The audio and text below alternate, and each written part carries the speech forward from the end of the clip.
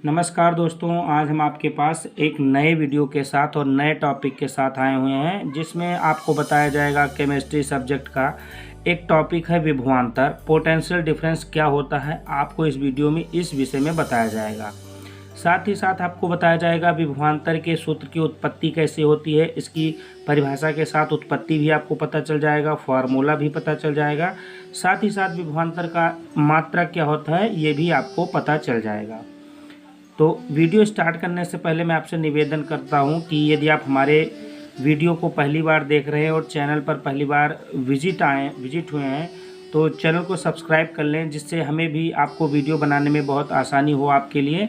अगर आप किसी चीज़ की तैयारी करते हैं या किसी भी क्लास की आप पढ़ाई करते हैं तो ये सारी चीज़ें जो मैं बना रहा हूँ आपके लिए ही बना रहा हूँ, चूँकि हम भी किसी चीज़ की तैयारी करते हैं और साथ ही साथ वीडियो भी बनाते हैं। तो एक ही रिक्वेस्ट है कि चैनल को सब्सक्राइब कर लें। अगर आपकी मर्ज़ी है तो कर सकते हैं, अदरवाइज़ नहीं करना है तो भी आप वीडियो को पूरा देख लें, जिससे आपको बहुत आसानी से पोटेंशियल डिफरेंस समझ में आ जाए। वीडियो स्टार्ट करते हैं। यहाँ पर तो पहले मैं आपको परिभाषा बताऊँगा। परिभाषा बताने के साथ फिर इसमें मैं आपको कुछ चित्र बना के समझाने की कोशिश करूंगा, जिससे आपको विभवांतर या पोटेंशियल डिफरेंस आसानी से समझ में आ जाएगी।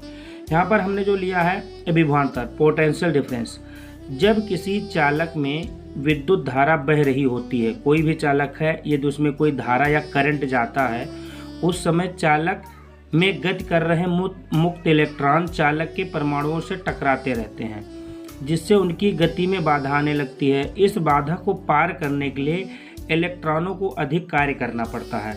इस चीज़ को तो मैंने परिभाषा के हिसाब से बता दिया। फिलहाल परिभाषा ये नहीं है, ये समझाने के लिए है। परिभाषा यहाँ से हमने लाल कलर में लिख रखा है, ये मैं आपको समझाने की कोशिश करता हूँ। ये अब हम यहाँ से समझाते हैं कि जब किसी चालक में, अब आप एग्जाम्पल के तौर के ले लीजिए, ये एक तार है या चालक है, ये चालक है और इसमें एक विद्युत धारा बह रही है। विद्युत धारा बह रही है आई। ध्यान से समझिएगा, वीडियो बहुत आसानी से आप समझ पाएंगे। एक धारा बह रही है आई। आई जब बह रही है तो आई क्या है? विद्युत धारा। और विद्युत धारा क्या है? करंट में कौन सी चीज़ बहती है? आवेश बहता है, इलेक्ट्रॉन बहता है, या फिर वो धनावेश होगा या ऋणावेश होगा। तो आवेश ही इसमें बह रहा है। तो आवेश जो बह रहा है मतलब इलेक्ट्रॉन बह रहा है। तो इलेक्ट्रॉन जो बह रहा है, बहने के साथ साथ जिस चीज़ में जा रही है, ये चालक है हमारी, इस चालक में कुछ परमाणु होंगे, क्योंकि कोई भी वस्तु परमाणुओं से मिलकर बनता है, तो इसमें परमाणु होंगे। ध्यान से समझिएगा, इस चीज़ में क्या होगा? परमाणु होगा।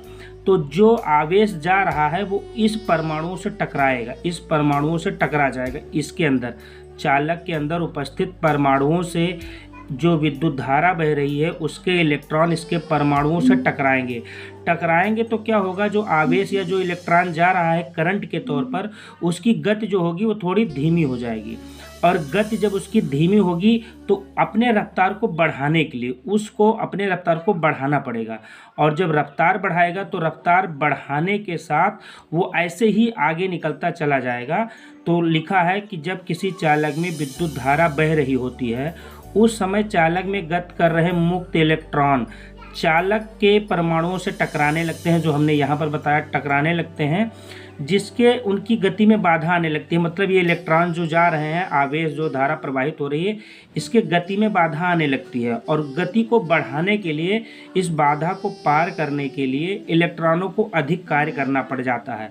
जब वो अधिक कार्य करना पड़ जाता है तो इसी कंडीशन को आप समझ सकते हैं कि जब अधिक कार्य करना पड़ेगा तो उस कार्य को ही विभवांतर कहते हैं। तो इसका मतलब हुआ कि जो कार्य हो रहा है वही विभवांतर है। कि एक बिंदु से, समझने की कोशिश कीजिएगा, यहाँ पर हमने लिख रखा है परिभाषा के तौर पर साफ साफ कि किसी चालक में एक स्थान से दूसरे स्थान तक गति करने में एकांक आवेश द्वारा किए गए कार्य को विभवांतर कहते हैं। एक और मैं बनाना चाहता हूँ, यहाँ पर आप समझने की कोशिश कीजिएगा कि एक ये हमारा चालक है और ये एक रेजिस्टेंस लगा हुआ है जिसे हम कहते हैं प्रतिरोध लगा हुआ है। और फिर इधर वो निकल गया है, हमारा चालक इधर निकल गया है। यहाँ पर एक धारा प्रवाहित करते हैं तो ये धारा यहाँ से निकलती है और यहाँ पर आकर रुक जाती है। चूँकि यहाँ पर एक प्रतिरोध R लगा हुआ है, रेजिस्टेंस लगा है, वो उसको रोक लेती है। तो रोकने के बाद इस धारा को यहाँ पर भी जाना है, तो वो क्या करेगी, थोड़ा ज़्यादा वर्क, यहाँ पर थोड़ा वर्क ज़्यादा करेगी और इसी वर्क को हम लोग कहते हैं विभवांतर। V से इसको शो करते हैं, तो यही होगा विभवांतर और ये वाली धारा यहाँ पर आ जाएगी। तो कहने का मतलब ये हुआ कि धारा जो जा रही है अपने रास्ते में आने वाले अड़चनों को हटाते हुए आगे बढ़ेगी और जितना हटाएगी उतना ही कार्य होगा और इसी को विभवांतर कहते हैं। अब परिभाषा होगी कि इस बिंदु से, ये आप चित्र में देख लीजिए कि ये जो बिंदु है यहाँ से यहाँ तक पहुँचने में जो कार्य किया गया वही V, मतलब वही विभवांतर है। तो बिंदु A मान लीजिए, इसको बिंदु B मान लीजिए। बिंदु A से बिंदु B तक पहुँचने में जो कार्य किया गया इस इलेक्ट्रॉन या आवेश के द्वारा, उसी को हम लोग विभवांतर कहते हैं।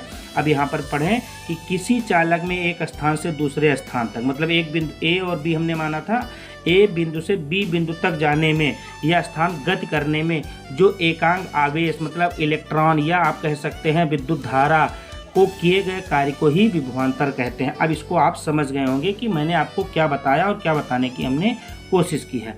अब बात करते हैं कि विभवांतर के सूत्र की उत्पत्ति कैसे होगी, इसको कैसे, इस सूत्र को हम निकालेंगे वो आप देख लीजिए। तो विभवांतर के सूत्र की उत्पत्ति कैसे करेंगे कि आप समझिए कि एक बिंदु से दूसरे बिंदु तक आवेश Q द्वारा, अब हमने आपको क्या बताया था, देख लीजिए, ये एक हमारा चालक है, इसमें धारिता प्रवाहित हो रही है, यहाँ पर R रेजिस्टेंस लगा हुआ है, रुकावट है, यहाँ पर इस बिंदु से ये वाली यहाँ तक पहुँचेगी, फिर यहाँ बिंदु तक पहुँचेगी और धारा इधर निकल जाएगी। तो एक बिंदु से दूसरे बिंदु तक, यहाँ से लेकर यहाँ तक एक इलेक्ट्रॉन ही तो जाएगा, इलेक्ट्रॉन ही धनावेश या ऋणावेश होते हैं, तो एक Q आवेश, तो इसी को कहेंगे Q। तो Q आवेश द्वारा गति करने में किया गया कार्य W होगा, जो कार्य करेगा Q वो W के बराबर होगा। तो इन बिंदुओं के बीच जो विभवांतर होगा, यहाँ से लेकर यहाँ तक के बीच जो विभवांतर होगा उसी को हम फार्मूले के तौर पर निकालेंगे। विभवांतर बराबर क्या होगा, Q जो हमारा आवेश है, जो आवेश है हमारा Q, और तो Q के द्वारा क्या हो रहा है, एक कार्य हो रहा है, Q के द्वारा एक कार्य किया जा रहा है। कार्य किया जा रहा है प्रति आवेश के हिसाब से, प्रवाहित आवेश, ध्यान से समझिएगा कि जो आवेश प्रवाहित हो रहा है, मतलब जो इधर से जा रही है विद्युत धारा वही आवेश है। तो आवेश प्रति आवेश या प्रवाहित आवेश के द्वारा जो कार्य किया जाता है वही विभवांतर होता है।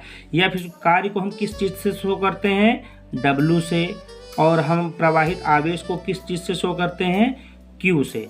तो ये हो जाएगा WQ और W/Q। लेकिन आपको पता है कि विभवांतर को हम लोग V से शो करते हैं, तो V बराबर होगा W/Q। तो ये विभवांतर का फार्मूला होता है। तो इस फार्मूले से आप बहुत सारे न्यूमेरिकल को भी आसानी से सॉल्व कर सकते हैं। अब बात करते हैं इसका मात्रक क्या होगा। अब मात्रक इसका क्या होगा उस चीज़ को पढ़ लीजिए, मात्रक क्या होगा। अब आपको पता है कि कार्य का मात्रक क्या होता है, जूल। आपको पता है कार्य का मात्रक जूल होता है, बटा लगा दीजिए। आवेश का मात्रक क्या होता है, कूलाम। तो आवेश का मात्रक क्या हो जाएगा, कूलाम हो जाएगा। और आप इसको ऐसे भी लिख सकते हैं, जूल प्रति कूलाम, जूल प्रति कूलाम भी लिख सकते हैं। या फिर जूल प्रति कूलाम लिखने से अच्छा है, इसके लिए एक निर्धारित सिंबल बनाया गया है कैपिटल V, जिसको वोल्ट कहते हैं। तो अगर आपको इसका मात्रक है तो जूल प्रति कूलाम या जूल अपान कूलाम कर सकते हैं या V लिख सकते हैं। तो ये हो जाएगा हमारे इसका मात्रक हो जाएगा। अब इस चीज़ को और थोड़ी डिटेल में पढ़ते हैं कि अगर आप समझें कि यदि दो बिंदुओं के बीच एक कूलाम आवेश, दो बिंदुओं के बीच एक कूलाम आवेश स्थानांतरित किया जाता है, यहाँ से यहाँ तक एक कूलाम आवेश स्थानांतरित किया जाता है, तो जो कार्य होगा वो 1 जूल होगा। अगर यहाँ से यहाँ तक एक आवेश भेजा जाता है तो कार्य का होगा वो भी 1 जूल ही होगा। तो इस स्थिति में क्या होगा कि हमारा जो वोल्ट होगा वो भी हमारा 1 वोल्ट ही आएगा। तो इसको कह सकते हैं कि 1 वोल्ट बराबर जो होगा वो होगा 1 जूल अपान 1 कूलाम। आप इस चीज़ से समझ सकते हैं कि अगर दो बिंदुओं के बीच 1 कूलाम ऊर्जा स्थान 1 कूलाम विद्युत धारा प्रवाहित की जाए तो उसके द्वारा 1 जूल काम होगा, और 1 जूल काम होगा तो उसमें 1 वोल्ट की शक्ति काम करेगी। यही चीज़ हमारे इस फार्मूले से आप समझ सकते हैं। तो आशा करता हूँ ये वीडियो आप समझ गए होंगे कि मैंने क्या बताया है। यदि आपको वीडियो अच्छा लगे तो हमारे चैनल को सब्सक्राइब कर लें और अन्य दोस्तों के साथ भी साझा करें, जिससे मैं भी आपको ऐसी ही नॉलेजेबल वीडियो बनाकर दे सकूँ। धन्यवाद।